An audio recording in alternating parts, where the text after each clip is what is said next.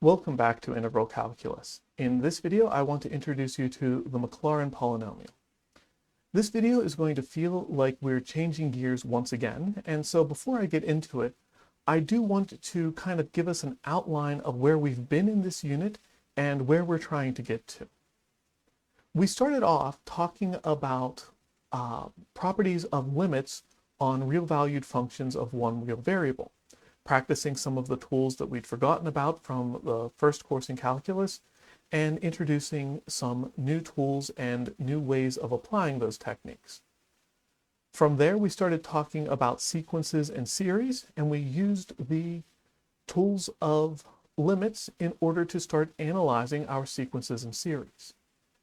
Here in Maclaurin Polynomials, we are going to change gears to talk about approximations of functions. In a couple of videos, we're going to turn that back around and use our approximations of functions as a way of building an infinite series so that we know where it should converge and we no longer have to worry about trying to evaluate the limit. So there is a method to all this. There is a roadmap that is going to tie everything together. And if you are anything like I was when I was a student learning calculus, we are now hitting the point where you're starting to question how it all links together. I promise there is a light at the end of the tunnel.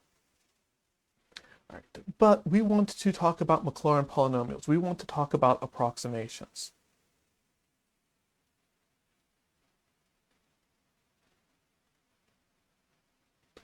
We've done linear approximations before. That's kind of how we started into the whole idea of the derivative.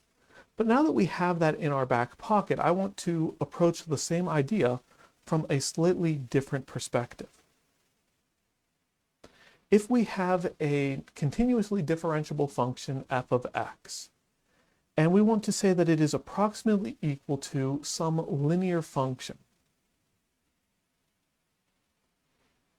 how about, actually, let's put that the other order. How about a plus b times x? Well, in order to make that work, we can try evaluating at 0, which gives us that f of 0 is equal to a.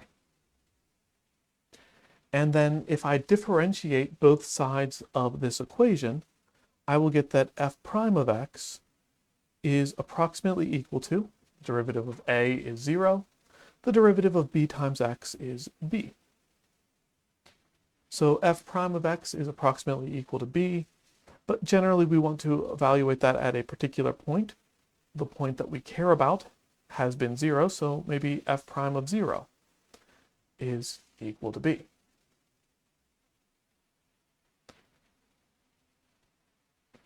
Bringing all of that back together, we can write our linear approximation as f of x is approximately equal to f of 0 plus x times f prime of 0.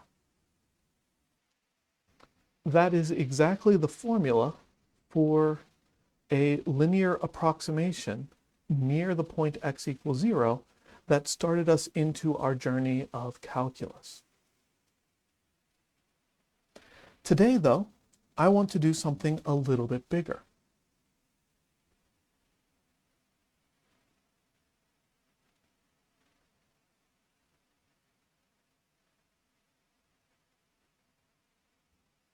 I want to look for a quadratic approximation. I want f of x to be approximately equal to a plus bx plus cx squared. And I can start out the same way I did before. If I try evaluating the right-hand side at 0, I will just get a. Then, to get rid of a, I can try taking a derivative. Right? F prime of x, and then on the right-hand side, the derivative of a is 0, the derivative of b times x is b, the derivative of cx squared is 2cx. right? I've still got an x, so it's not quite as easy as what I had before, but I can still say, well, let's evaluate at 0. X is 0, so 2cx is 0, which gives us just b on the right-hand side, and things are looking good. Right. Now, to get rid of the b term, I can try the same approach all over again. Right? Differentiate both sides. That will give me f double prime of x, and then derivative of b plus 2cx is 2c.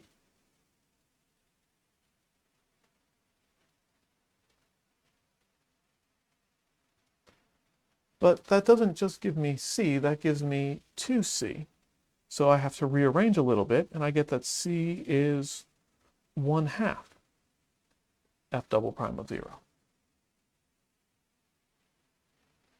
Okay, it's a little bit messy, but we can still use it.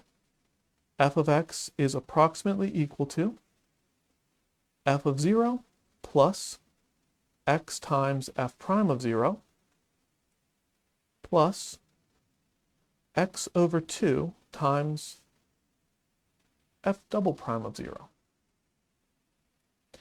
The first really interesting thing that happens here is we realize that the linear approximation reappears in the quadratic approximation. And if you stop and think about it, that makes some sense. The basic assumption of a linear approximation is that we're dealing with a value of x that is relatively near 0. It will make a lot more sense if I remember to include the square from the original formula when I wrote down the result. Sorry about that. But we're dealing with x is near 0. So f of 0 is going to be there. And if we get close enough to 0, x times f prime of 0 is going to pretty well be 0. But if x is really close to 0, then x squared is incredibly close to 0. And so if we're close enough to 0, we can ignore the x squared term entirely. So it feels like this should generalize. If we wanted a cubic approximation,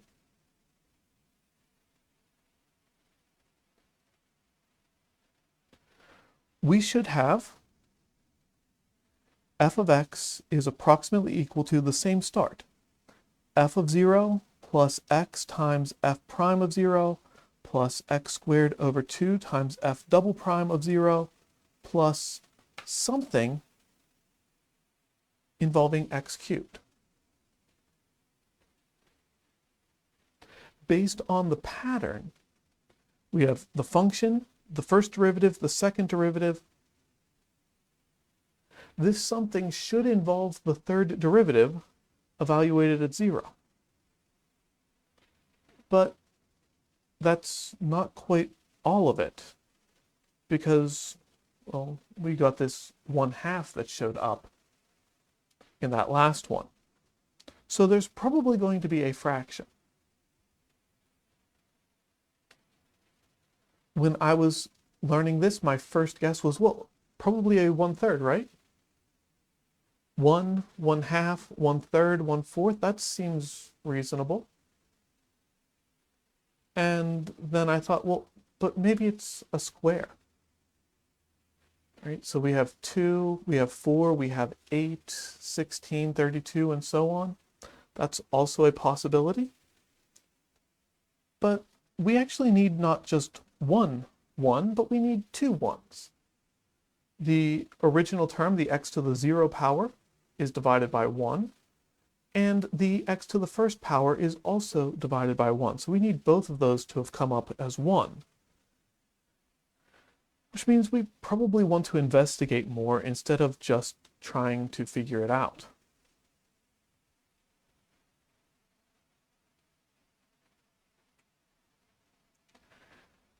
And I would like to be able to generalize this instead of having to rely on just a couple of terms. So let's do that. Let's say that we have a naught plus a1 times x plus a2 times x squared plus dot dot dot. The one that we're going to care about is the ak times x to the k power, but it's going to continue all the way to an times x to the n power. So if we take the first derivative, I don't care what happens to any of this stuff, but I'm going to have k times ak times x to the k minus 1. And then I'm going to have k times k minus 1 times ak times x to the k minus 2. That'll be what happens when I take the second derivative. When I take the third derivative, that term is going to be k times k minus 1 times k minus 2 times ak times x to the k minus 3.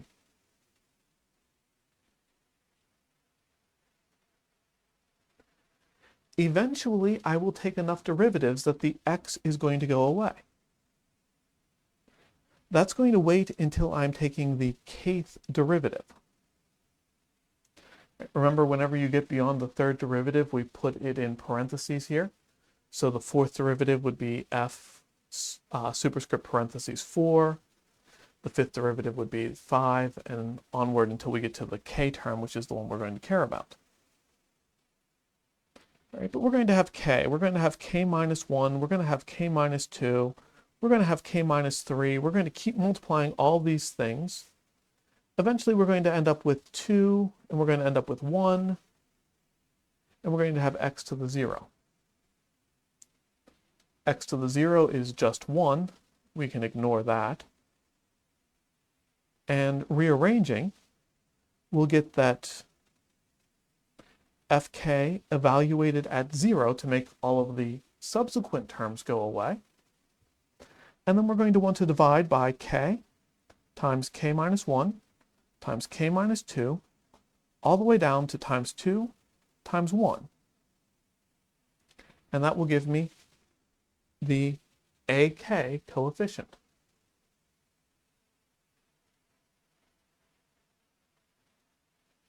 Multiplying k times k minus 1 times k minus 2, and continuing on until you get times 2 and times 1.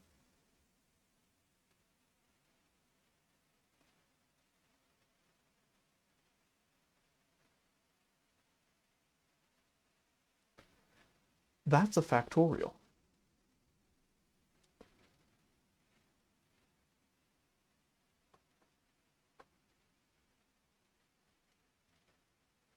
But with that, we have our general form. F of x is approximately equal to f of 0 over 0 factorial plus f of 1, f prime of 0 over 1 factorial times x plus f double prime of 0 over 2 factorial times x squared plus dot dot dot plus the nth derivative evaluated at 0 divided by n factorial times x to the n. And if you simplify, 0 factorial is 1. 1 factorial is 1. 2 factorial is 2. So the first three terms match up exactly what we had with the quadratic approximation. The next term would be the third derivative divided by 3 factorial. 3 factorial is 6. So it's not a nice simple pattern, but it is a repeatable pattern and it is an understandable pattern. Once you know that pattern, you can come up with a polynomial approximation for whatever function you want to deal with.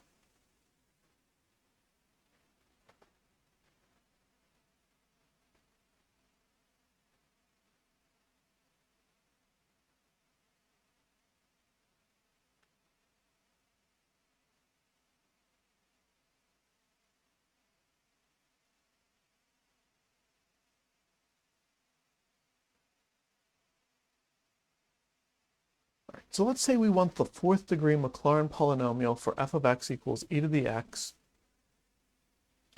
giving us the approximation near x equals 0. Well, to do that, we're going to need to know what... I'm going to write f of x down here anyway. We already know that it's e to the x. And then we need to evaluate that at 0. E to the 0 is 1. And then we're going to need f prime of x, which is e to the x, and we're going to need f prime of 0, which is 1. E to the x is a really simple function in this regard, isn't it? All right, so that's 0, 1, 2, 3, and 4 we're going to need. Differentiating e to the x just gives us e to the x. That makes things so easy. And then evaluating e to the x at 0 over and over again is just going to keep giving us 1.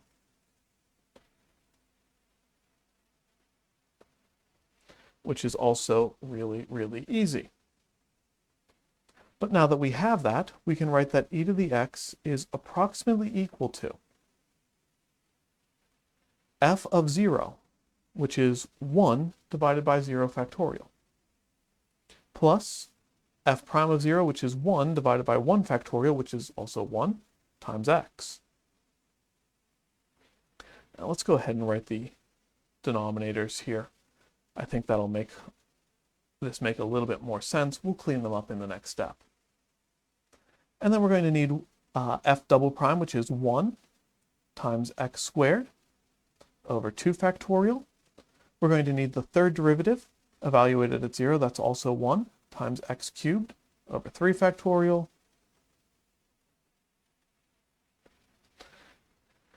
And then 1 times x to the fourth over 4 factorial. And technically speaking, I could leave it like that.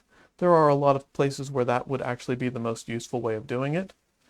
But assuming that my goal is to evaluate this polynomial a couple of times, let's write this as 1 plus x plus 1/2 x squared plus 1/6 x cubed plus 1 over 24 x to the fourth. Now that we have this, you may be starting to see the pattern, right? Each term is going to be x raised to some power divided by that power's factorial, and we just add them all together. And so I want to jump over to Desmos and take a look at this graph. So you can see here that I've set this up. I've written it as a summation. We have n goes from 0 to capital N of x to the little n over n factorial. So this will be x to the 0 over 0 factorial plus x to the first over 1 factorial plus x squared, plus x squared over 2 factorial, and so on and so on and so on. And if I hit the play button here, you'll see that as it goes, it gets closer and closer to the graph of the exponential. The right side here comes in pretty close, pretty fast. The left side, not so much, right? It's kind of like winding around, but every time it moves, it gets a little bit further along before it goes off and does something crazy. But that's pretty far away from 0, right? We said that this approximation worked near x equals 0. And at this point, I went to n equals 14. And I'm pretty confident that this goes perfectly fine from -5 all the way to +5. So that's the basic idea. And we can see that the process actually will work. And we can see graphically that it gives us a reasonably good approximation. The more terms we add, the better the approximation, but also the harder it is to work with. This process is one of the most important tools in modern mathematics. Most calculators work using this process, right? Trying to program a calculator to evaluate the exponential function is incredibly challenging until they realize that they could just set it up as a Maclaurin polynomial. So we'll do this. We'll pick a number bigger than 18. We'll pick 30 or 40,000. And we will calculate that summation. And by doing that, we will get an approximation of the value of the exponential that is reasonably close to within the precision that the calculator is able to display. The calculator does the same sort of thing for sine and cosine and all of the transcendental functions, and honestly, even square root. So this tool is absolutely necessary. It is the backbone of how modern mathematics is performed. Before I wrap up on this video, though, I do want to talk about one other thing. A Maclaurin polynomial is a term that you are only ever going to hear in a mathematics class.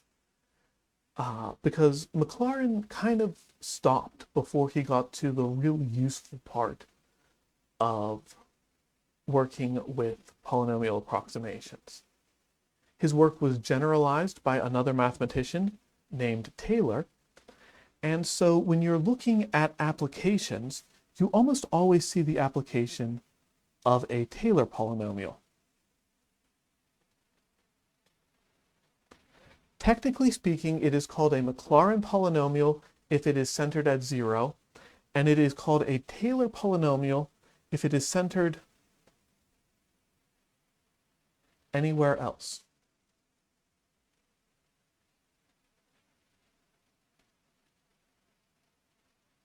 So here we have to explicitly say that near x equals c, f of x is approximately equal to, well, instead of starting at f of 0, we're going to start at f of c. And let's go ahead and put all of the factorials in, even the ones that don't actually do anything.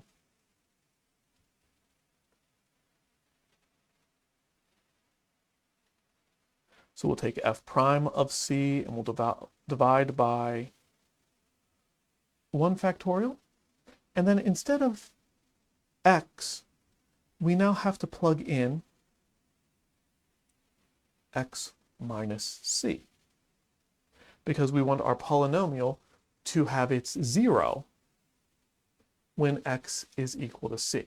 Right? When x is equal to c, we need this term to go away, so that we're left with f of c, which is exactly what we want. And then we'll have f double prime at c over 2 factorial times x minus c squared, and so on down the list.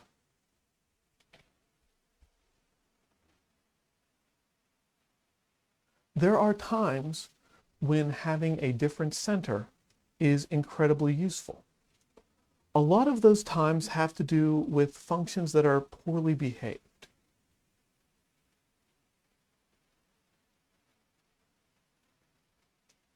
So for example, if I wanted to look at the function f of x equals 1 over x, well, I can't center this at x equals 0 because 1 over 0 is undefined. So I need to do something else.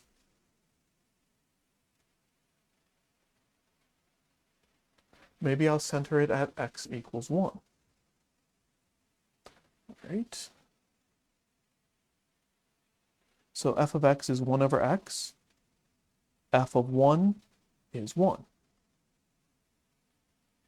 The first derivative, f prime of x, well, the derivative of 1 over x is negative 1 over x squared. Evaluate that at 1 and you get negative 1.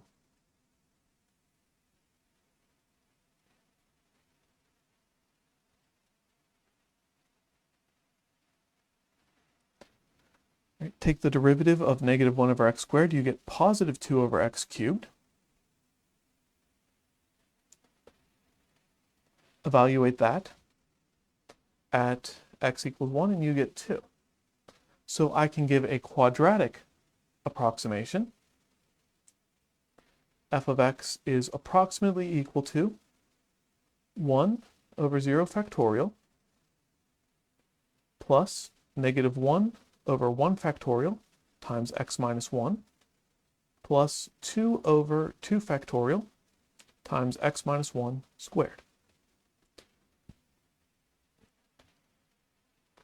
This video is running fairly long. I don't want to try to give even more examples, so I'm going to have you finish this problem.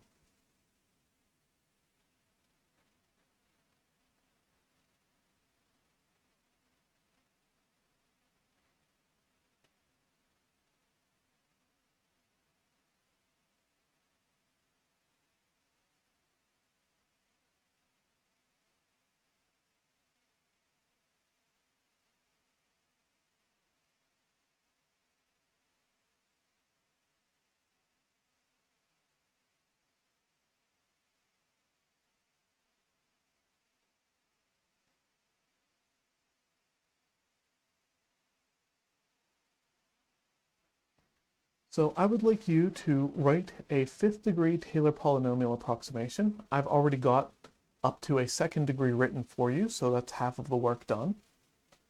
Once you have done that, I'd like you to use a calculator, evaluate the original function. Remember, the original function is 1 over x. Evaluate that at x equals 1, x equals 1.1, and x equals 2. Again, use your calculator, evaluate the original function, evaluate your approximation, see how well they agree with each other.